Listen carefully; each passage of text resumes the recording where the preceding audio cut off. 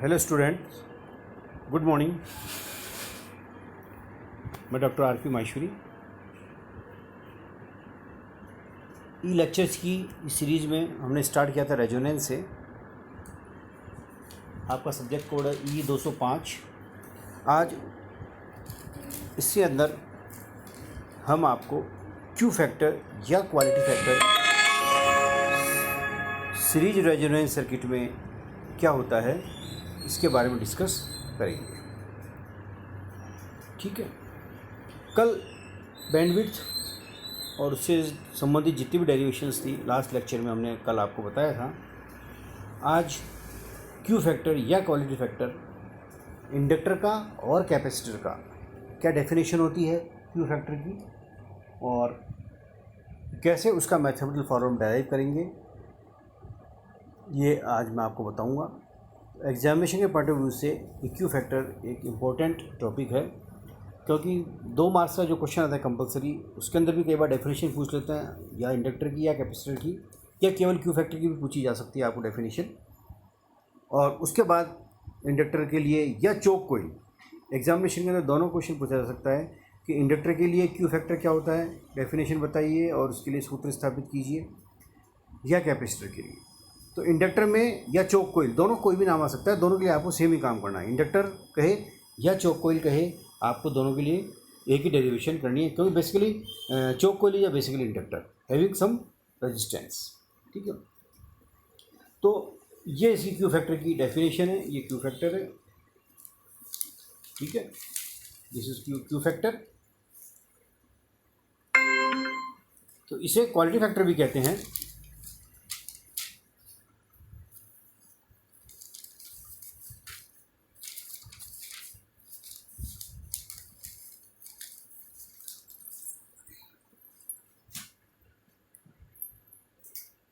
इसे quality factor भी कहते हैं।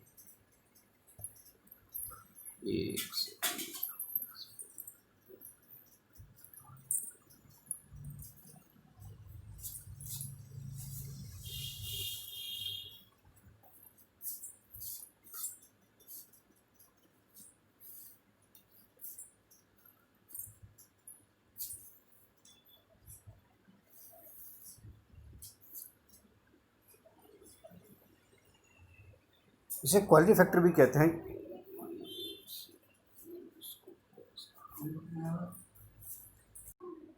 इसे क्वालिटी फैक्टर भी कहते हैं क्योंकि यह सर्किट की क्वालिटी को बताता है।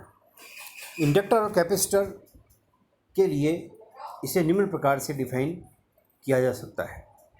तो इंडक्टर के लिए तो ये जो क्यू फैक्टर डिफाइन करते हैं, ये ऊर्जा के आधार पर या एनर्जी के आधार पर डिफाइन करते हैं, परिभाषित करते हैं। ठीक है,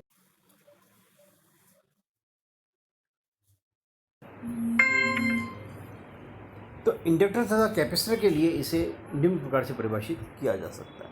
इंडक्टर के लिए क्या फार्मूला है? ऊर्जा के आधार पर इंडक्टर के लिए क्यू फैक्टर की डेफिनेशन ये होगी, Q equal to 2 pi into maximum energy stored in inductor, means inductor में संग्रहित अधिकतम ऊर्जा upon energy dissipated per cycle. ये क्यू फैक्टर की डेफिनेशन है एनर्जी बेसिस के ऊपर। So Q factor equals to 2 pi into maximum energy stored in inductor upon energy dissipated per cycle. This is the definition of the inductor Q factor.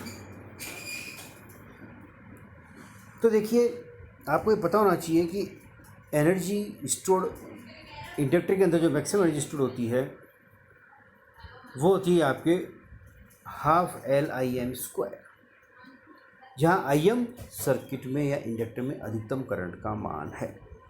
तो 2 pi into maximum energy store कितनी हो गई आपके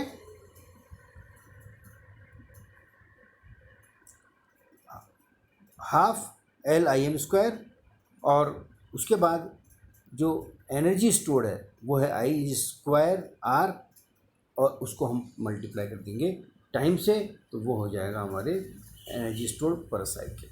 ठीक है, समझ में आ गए?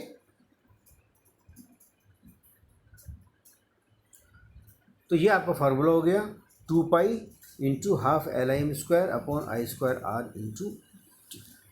Okay, this is your formula. अब देखिए इसमें क्या करना है अपने को,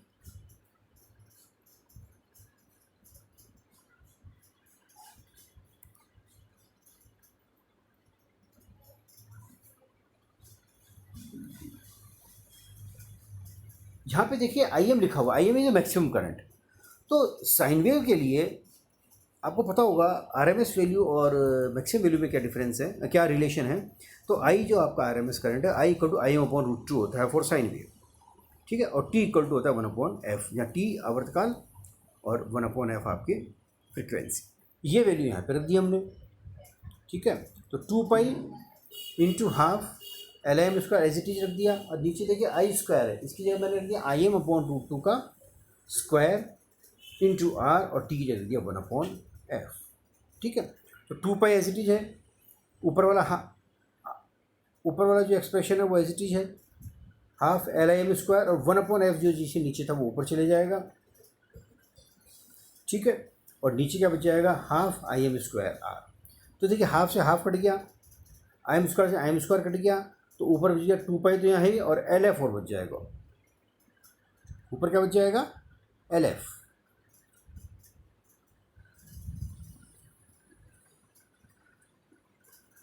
ठीक है, तो 2 pi L F upon R, ये हमारे क्यू का मान आ गया। तो 2 पाई एफ होता है omega, so this is equal to omega L upon R. So Q factor equal to omega L upon R, ये इंडक्टर का क्यू फैक्टर है हमारा। अब देखिए क्यू फैक्टर किसको बता रहा है, क्वालिटी को। इट मीन्स जिस सर्किट की या जिस चौक कोयल की क्यू का मान ज़्यादा होगा वो चौक कोयल उतनी अच्छी कहलाएगी। अब इससे मीनिंग, फिजिकल मीनिंग क्या निकला इस चीज़ का, देखिए अगर आपने याद किया हो, आपको पढ़ा हुआ हो, तो प्योर इंडक्टर यदि कोई होता है, हालांकि बनना संभव नहीं प्योर इंडक्टर के अंदर पावर कंजम्पशन 0 होता है। हालांकि प्योर इंडक्टर बनना संभव नहीं है, क्योंकि जो वाइंडिंग हम करते हैं, कॉइल लगाते हैं, उसमें कुछ सर्टेन रेजिस्टेंस आता है। तो इंडक्टर की डिज़ाइन करते समय ये महत्वपूर्ण बात ध्यान रखने की अपने को ये है कि रेजिस्टेंस का जो मान है वो कम से कम होना चाहिए। जितना कम आर का मान होगा तो क्यू का मान उतना ही आपके ज़्यादा होगा। तो बढ़िया इंडक्टर या बढ़िया चौक कोइल कौन सी होगी, जिसके अंदर क्यू फैक्टर, जिसके अंदर रेजिस्टेंस का मान कम से कम हो। तो minimum resistance mean higher the value of Q factor, जिससे वो चौक कोइल उतनी ज़्यादा अच्छी होगी आपकी, ठीक है, समझ में आ गई। तो ये इंडक्टर का चौक कोइल था हमारा, राइट। अब नेक्स्ट हम डिस्कस करेंगे कैपेसिटर का, राइट।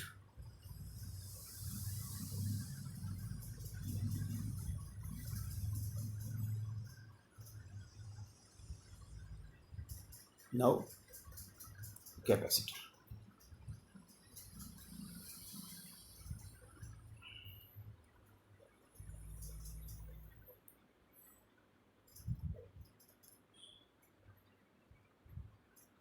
अभी हम कैपेसिटर के लिए डिफाइन करेंगे। तो डेफिनेशन तो इंडक्टर और कैपेसिटर की सेम ही है, केवल वहाँ इंडक्टर आया था, यहाँ कैपेसिटर आ जाएगा। तो कैपेसिटर के लिए जो क्यू फैक्टर होगा वो होगा Q equal to 2 pi into maximum energy stored in capacitor upon energy dissipated per cycle. This is the definition for inductor capacitor, ठीक है। कैपेसिटर में संग्रहित अधिकतम ऊर्जा upon energy dissipated per cycle. तो जैसे इंडक्टर में मैक्सिमम एनर्जी कितनी थी, हाफ एल आई स्क्वायर, इसके अंदर होगा हाफ सी वी स्क्वायर, और मैक्सिमम ले रहे हैं अपन तो वो हो जाएगा C V M square maximum. तो ये देखिए Q equal to 2 pi into half C V M square upon I square R into T. ये तो इंडक्टर और कैपेसिटर दोनों के लिए सेम है, एनर्जी डिसिपेशन चाहे इंडक्टर में हो चाहे कैपेसिटर में हो, I square R into T. तो ये हो गया half C V M square upon I square R T. अब देखिए यहाँ पे ये है वी एम मैक्सिमम वोल्टेज और नीचे है करंट। तो हम क्या करेंगे, जो करंट है उसको वोल्टेज के टर्म्स में लेकर आएंगे। कैसे लेके आएंगे, ये देखिए ऐसे लेके आएंगे। ये कैपेसिटर है, ये करंट है और ये वोल्टेज लगा रखा है हमने। तो आई इक्वल टू क्या होता है, V upon X C. Current बराबर क्या होगा, V upon X C. X C बराबर क्या होता है, 1 अपॉन ओमेगा सी। ठीक है, तो आई बराबर क्या हो जाएगा, V upon 1 upon omega C. तो ये ओमेगा सी ऊपर चले जाएगा, तो ये हो जाएगा वी इंटू ओमेगा सी। ठीक है, तो ये जो वी है ना, ये आर एम एस वैल्यू है, हमको चाहिए मैक्सिमम वैल्यू। तो वी की जगह क्या लिख देंगे, V M upon root two. तो ये हो जाएगा V M upon root two into omega C. ये हो जाएगा करंट का मान, और टी बराबर 1/f होता ही है। ठीक है, तो इसको अब हमने वैल्यू रख दी। तो ये Q equal to 2 pi into half C V M square into upon I की वैल्यू हम देखें यहाँ से दी। आई बराबर क्या था, V M upon under root two omega C. ठीक है, ये वैल्यू आई की आई थी। ठीक है, तो ये वैल्यू हमने यहाँ रखी।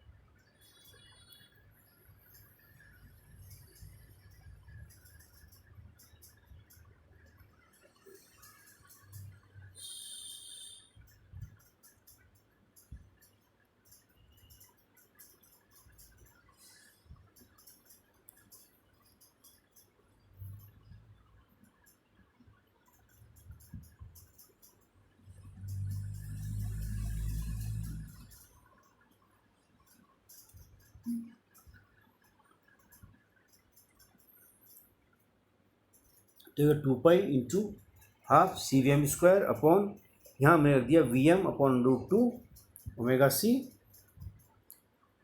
ठीक है, का whole square into R into 1/f। ये 1/f है, एफ ऊपर चले जाएगा। तो देखिए हाफ से हाफ कट गया, वी एम स्क्वायर से वी एम स्क्वायर कट गया, तो नीचे ये एफ ऊपर चले गया, तो ऊपर तो बच गया 2 पाई एफ सी, और नीचे बच गया omega square C square into R. 2 pi F बराबर होता है ओमेगा, तो ये हो गया omega C upon omega square C square R. तो एक ओमेगा सी कट गया, तो फाइनली क्या बच गया, 1/ओमेगा सी आर बच गया। ठीक है, तो फाइनली कैपेसिटर के लिए क्यू फैक्टर क्या हो गया, क्यू इक्वल टू 1/ओमेगा सी आर। ये कैपेसिटर के लिए क्यू फैक्टर हो गया। तो इंडक्टर के लिए क्यू फैक्टर हुआ ओमेगा एल अपॉन आर, और कैपेसिटर के लिए हो गया Q equal to omega C upon R. ये बॉक्स के अंदर जो आपको बता रखा है। तो ये इंडक्टर और कैपेसिटर के लिए क्यू फैक्टर हो गया आपके। ठीक है, अब एक डेरिवेशन मैं आपको छोटी सी करना चाहता हूँ कि जब अगर ये कोई क्वेश्चन आता है कि रेजोनेंस पर सिद्ध कीजिए कि Q equal to 1/r under root L upon C होता है, ये अगर कोई एग्जामिनेशन में डेरिवेशन आती है तो किस तरह से करेंगे। इसके लिए आपको क्या करना पड़ेगा कि ये Q फैक्टर की आपको, ये डिपेंड करेगा कितने मार्क्स का। यदि ये 6 मार्क्स का है तो आपको Q फैक्टर इंडक्टर कैपेसिटर दोनों के लिए निकालना पड़ेगा। और 2 मार्क्स में यदि आता है, क्योंकि न्यूमेरिकल में भी कई बार ये क्यू फैक्टर काम में आ जाएगा, तो आप इस फार्मूले से भी निकाल सकते हो, ओमेगा एल अपॉन आर से भी निकाल सकते हो। ये पूरे सर्किट का आएगा। ठीक है, क्यू फैक्टर सर्किट का आएगा, 1/r under root L upon से प्रूव करवाना है। बिल्कुल सिंपल है, तो आपको कुछ नहीं करना। आप बोल रहे we know that Q factor for inductor क्या होता है, ओमेगा एल अपॉन आर। और क्योंकि रेजोनेंस में पूछ रहा है तो ओमेगा की जगह हम रखेंगे ओमेगा आर, अनुनाद आवृत्ति, रेजोनेंट फ्रिक्वेंसी। ठीक है, और सेम कैपेसिटर के लिए क्यू बराबर क्या होगा, 1/ओमेगा आर सी। कैपेसिटर के लिए हो गया। अब इक्वेशन 1 और इक्वेशन 2 को हम मल्टीप्लाई कर देंगे, तो लेफ्ट साइड में तो होगा क्यू स्क्वायर, राइट साइड में क्या है omega R L upon capital R into 1/ओमेगा आर सी। ओमेगा आर से ओमेगा आर कट गया। ठीक है, तो देखिए क्या बच गया, L upon R square C. L ऊपर बच गया, आर स्क्वायर सी नीचे बच गया। क्यू स्क्वायर बराबर हो गया एल अपॉन आर स्क्वायर सी। तो अब अंडर रूट ले लेंगे तो क्यू बराबर क्या आ जाएगा, 1/r under root L upon C आ जाएगा।